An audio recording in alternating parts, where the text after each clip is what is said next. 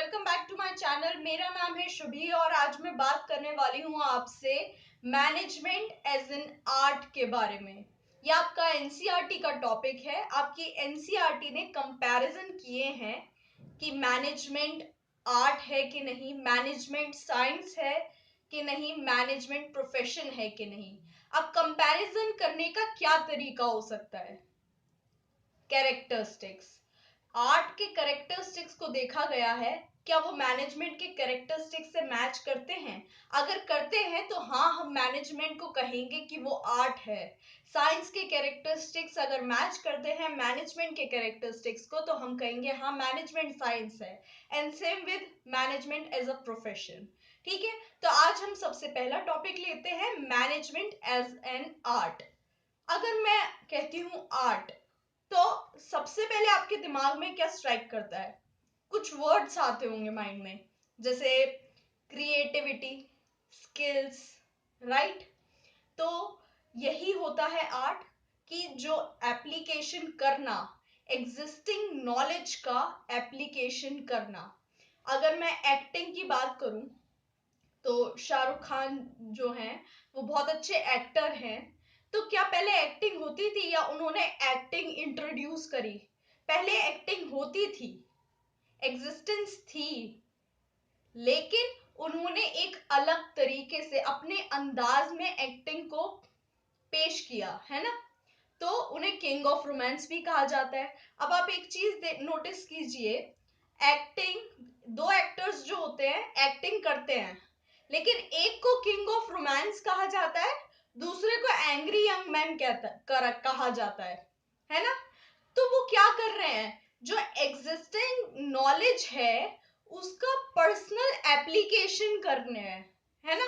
अब एक तरफ आप देखिए अरिजीत सिंह है, वो बहुत सैड सॉन्ग्स गाते हैं, रुला देते हैं आपको, राइट? एक तरफ बादशाह जी हैं, तो दोनों ही गाते हैं मगर अपने अंदाज में उनका एक पर्सनल एप्लीकेशन करते हैं उस एग्जिस्टिंग नॉलेज का, राइट? तो इससे हमें दो चीजें पता चली। क्या? एग्जिस्टेंस ऑफ थ्योरेटिकल नॉलेज, पहले से ही एक नॉलेज का भंडार होता है जो आपको ग्रास्प करना होता है, ठीक है? इंफॉर्मेशन का भंडार होता है, राइट? और उसके बाद आपको क्या करना होता है, उसे पर्सनलाइज तरीके से, पर्सनलाइज्ड एप्लीकेशन करना होता है अपने अंदाज में, ठीक है?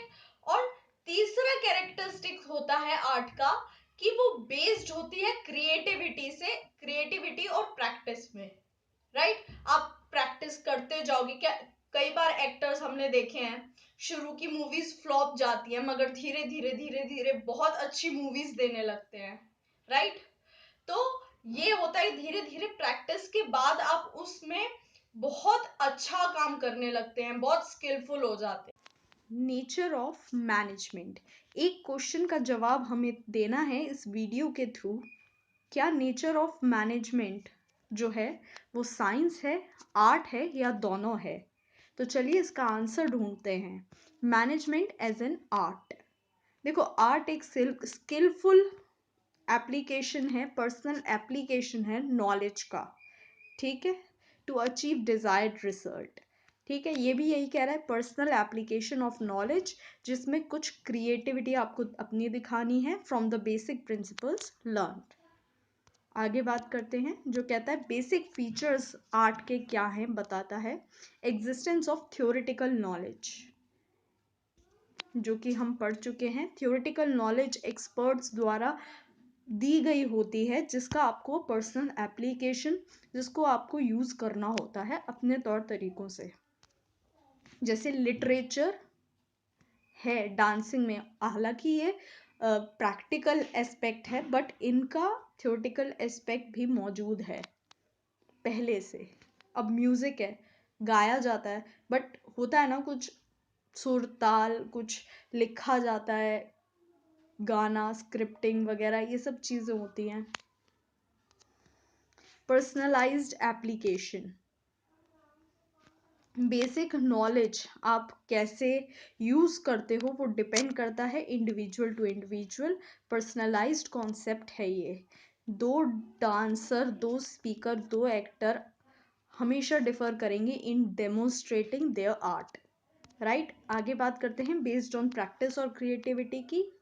सारा आर्ट जो है वो प्रैक्टिकल होता है। Art involves creative practice of existing theoretical knowledge. Art होता तो प्रैक्टिकल है, लेकिन वो थ्योरेटिकल नॉलेज की प्रैक्टिस की जाती है और क्रिएटिव प्रैक्टिस की जाती है उसको एप्लीकेबल करने के लिए। जैसे music is based on 7 basic notes, लेकिन म्यूजिशियन की कंपोजिशन, हर म्यूजिशियन की कंपोजिशन अलग अलग होती है, डिफरेंट होती है, क्योंकि वो उसे यूज करते हैं अपने तरीके से क्रिएटिव मैनर में, और उनका एक अपना इंटरप्रिटेशन होता है म्यूजिक को लेकर, राइट। अब बात करते हैं क्या मैनेजमेंट के जो कैरेक्टरिस्टिक्स हैं वो आर्ट की कैरेक्टरिस्टिक्स को मैच करते हैं। मैं उन कैरेक्टरिस्टिक्स की बात नहीं कर रही हूँ जो हमने पिछली वीडियो में पढ़े थे। हम देखेंगे आर्ट के कैरेक्टरिस्टिक्स। अगर मैनेजमेंट भी वर्क पोजेस करता है तो हम कहेंगे management as an art, right. तो अब क्या था, पहला हमने पढ़ा था एग्जिस्टेंस ऑफ थ्योरेटिकल नॉलेज। तो अभी जो हम पढ़ रहे हैं ये थ्योरी की नॉलेज ही तो है। नेक्स्ट चैप्टर में आप पढ़ोगे फ्योल के प्रिंसिपल्स। प्रिंसिपल्स यानी कुछ प्रिंसिपल्स लिखे जा चुके हैं, यानी थ्योरेटिकल नॉलेज एग्जिस्टेंस में है ऑलरेडी। आपको अपने तौर तरीकों से उसे उसका पर्सनल एप्लीकेशन करना है, राइट। अब हर ऑर्गेनाइजेशन में अलग अलग मैनेजर हैं, ठीक है। अगर मैं परचेज मैनेजर की बात करूं तो उससे कहा जाता है कि आप रॉ मटेरियल परचेज करिए 1 रुपए का, ठीक है। अब आप कह रहे हैं सिर्फ 1 रुपए का, बल्क में परचेजेस होती हैं, तो I am taking an example right now. तो उससे कहा जाता है 1 रुपए का आप परचेज करो रॉ मटेरियल।